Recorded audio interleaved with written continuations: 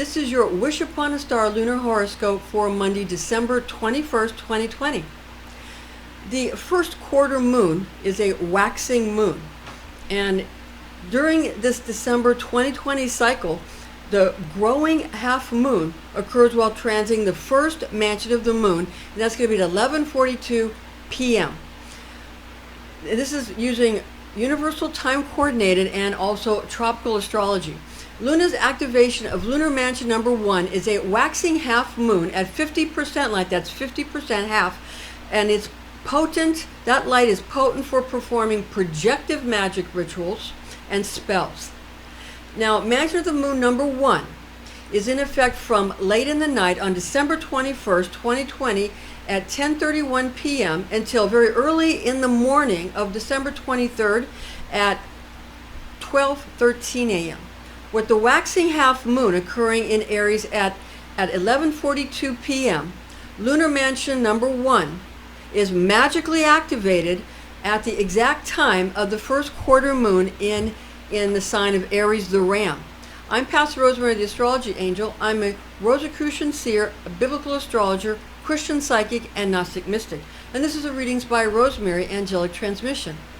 The Astrology Angel Magick and the invocations and the horoscope prediction method that we teach should be used with all mindfulness, since very powerful forces of manifestation are unleashed. This is intended exclusively for entertainment purposes. Luna will be in Aries at 0 degrees 0 minutes and to Aries 12 degrees 51 minutes and 22 seconds according to Abraham. The stars to wish upon inside the first mansion of the moon, Sheratan, are named Sheratan and Mesarthim, and they dwell in the horns of Aries, the ram, according to Warnock.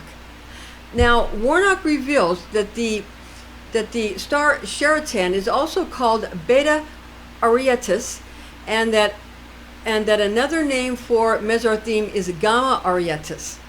Ask the angel of Beta Arietis and Gamma Arietis, who is named Geniel, to provide healing potions and safe voyages. Sorceresses and sorcerers create representations to start making innovative curative elixirs, to begin new voyages, or to destroy marriages, romances, and friendships. That's to destroy marriages, romances, and friendships. But it's also to begin new voyages, and also to cause to create innovative curative elixirs. So you see, there's things that some people might be considered good or bad, okay? But everything's relative, because whatever's convenient for a person is considered good to that person. Yeah, so it also causes employees to run away or to flee. Now, magicians also use Sheratan to form a rendering of a very dark or black man with his hair wrapped around his head, who stands wielding a spear in his right hand, and to cause families of enemies to be annihilated. That's what this image will cause: families of enemies to be annihilated, and for where they are to be depopulated. This is according to Warnock. Now, Agrippa mentions that the first mansion is being named Alnath, instead of Sheratan. Agrippa calls it Alnath, okay? And describing the icon for this mansion as being similar to that as cited by Warnock. Agrippa divulges the purpose of the purpose of Alnath, or Sheratan according to Warnock, Alnath to Agrippa, as being to cause the annihilation of a specific chosen person, using the aforementioned representation of the grim warrior carrying a spear or weapon for the purpose of creating a strong desire for a portion of ignoble happenings to be heaped upon the one who is being targeted for eradication and subsequent oblivion and annihilation. Now, Agrippa also discloses that the representation or icon of the dark menacing combatant should show that his article of clothing be encircled around his body, be formed of tresses of locks of hair, okay? The icon should be created inside of an iron circle, okay, preserved in black wax and scented with liquid storax, according to Agrippa. When produced with these specifics, the emblem is intended and prepared to manifest devastating outcomes towards those whom the magician would eradicate and demolish. Again, that's according to Agrippa. Now, according to Kabbalistic lore, Aries is ruled by Mars, and the Aries birthstone is diamond. Now, rosaries and amulets using diamonds for Aries are magically potent for this practice. Now, regarding the alchemical metal to use for a rosary chain or for an amulet base or any other portion of an amulet, I'm going to give you some very specific things that you can utilize. Now, Kabbalistic and alchemical planetary associations in this instance of a waxing half moon in Aries, whilst transiting through lunar mansion number 1, could be utilized with perfumes, essential oils, herbs, or flowers, as well as colors. Planetary alchemical metals, in this case, would indicate iron for Mars. Iron is practical for this operation since the metal is not ingested and it's also not injected for this function of preparing an icon. Regarding the Aries birthstone diamond, this could be used again for the amulet, talisman, as well as rosary beads, and the iron could also be used for forming a rosary chain, or remember, some portion of an amulet or some kind of icon or emblem. Now, it's important to note here that according to Vivian Irwood Robson, author, the book of The Fixed Stars and Constellations in Astrology, the Greek astronomer Ptolemy attributes the stars, which are located specifically in the head of the ram, okay, as being attributed to the planets Mars and Saturn in regard to the planetary nature of this area of the constellation of Aries. Mars and Saturn. This is in contrast to the other portions of the body of the ram, where Ptolemy assigns differing planetary aspects. Since Ptolemy attributes the stars located in the head of the ram to be associated with the planets Mars and Saturn, and since Mars is alchemically associated with the metal of iron, which is workable for this operation, this would be a magically realistic choice to utilize when fashioning a rosary or metal support, which could then attach rosary beads or sigils respectively. So you can make a very powerful rosary using iron and a diamond, or something that is akin to diamond, or looks like a diamond, or looks like iron. You see what we say? But to really use a diamond and to really use iron, that would be very powerful indeed. And you could use it exactly during this mansion. Okay? Now, other Kabbalistic correspondence for lunar mansion number 1 are as follows. The moon in Aries provides qualities of zeal, strength, innovation, and power, and also concentration, also said to be competitive in nature.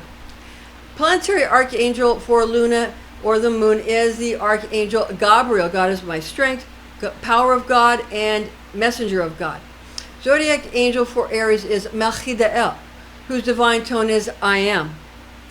Tarot card for Luna or the moon, the high priestess for Luna or the moon, with her pillars of Joachim and Boaz, the twin pillars, and the receptive crescent, and her flowing garment with the 4 quarters of the moon and the cross on her chest, representing the 4 quarters of the moon.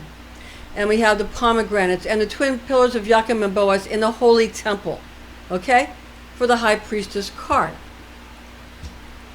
The Western array musical note for the moon or Luna is F, and F is the tone that you could use to invoke the moon. We're going to play that for you now with our tuning fork.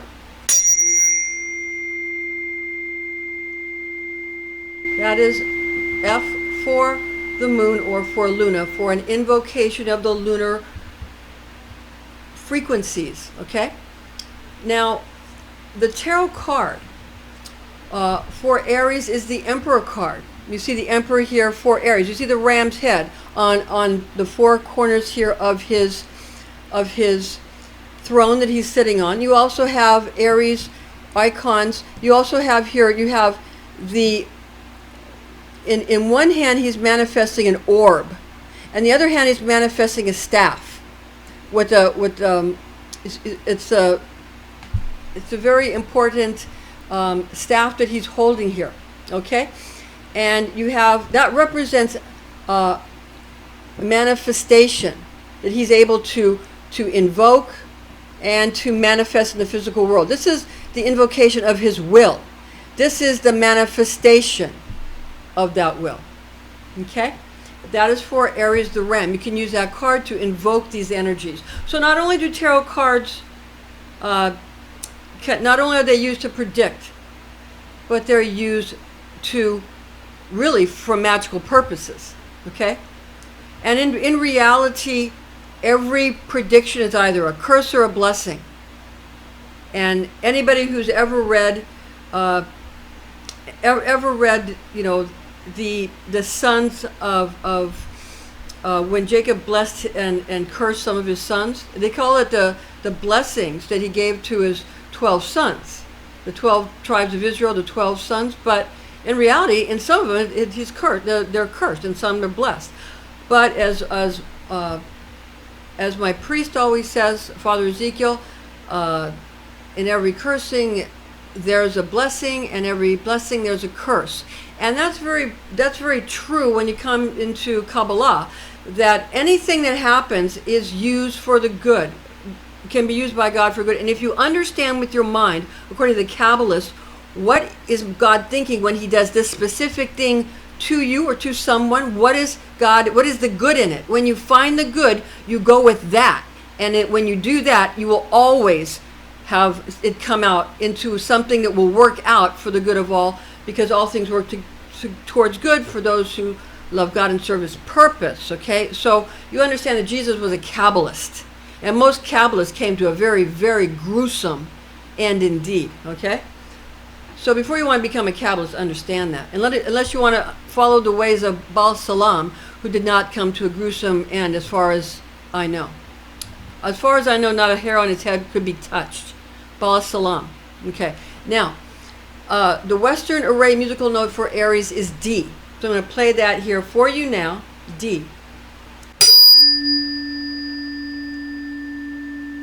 That is D. That is to invoke the Emperor for Aries, the Emperor. That's for the Aries sign. Okay?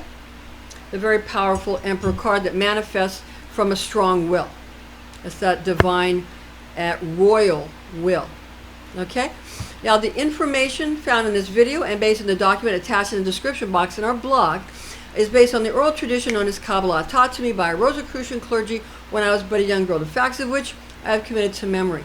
The reference books that we use, you can also look in the description box in our blog for the page numbers, because we have them listed for you. The first reference for Warnock is Mansions of the Moon, a Lunar Zodiac for Astrology and Magic, 2nd edition, with 2019 to 2033 Mansion Ephemeris, written by Christopher Warnock in 2019, illustrated by Nigel Jackson, published by Renaissance Astrology in 2019. Also, the second one for Agrippa was 3 books of occult philosophy, Llewellyn Source Book Series. That's authored by Henry Cornelius Agrippa, translated by James Freak, 1650, edited by and annotated by Donald Tyson, 1993. We have a lot of Donald Tyson's books. Published in 2000 by Llewellyn Publications. And the third one for our sources on that very specific, where the stars specifically in the head of Aries as opposed to the rest of the body of Aries, for those Ptolemy associations, the astronomer Ptolemy, the fixed stars and constellations in astrology, authored by Vivian E. Robson, Bachelor of Science in 1923, published by American Federation of Astrologers, Inc., covered by Jack Capola, and you can look that up for the page numbers in the description box in our blog for that. And thank you for joining us, and please join us again.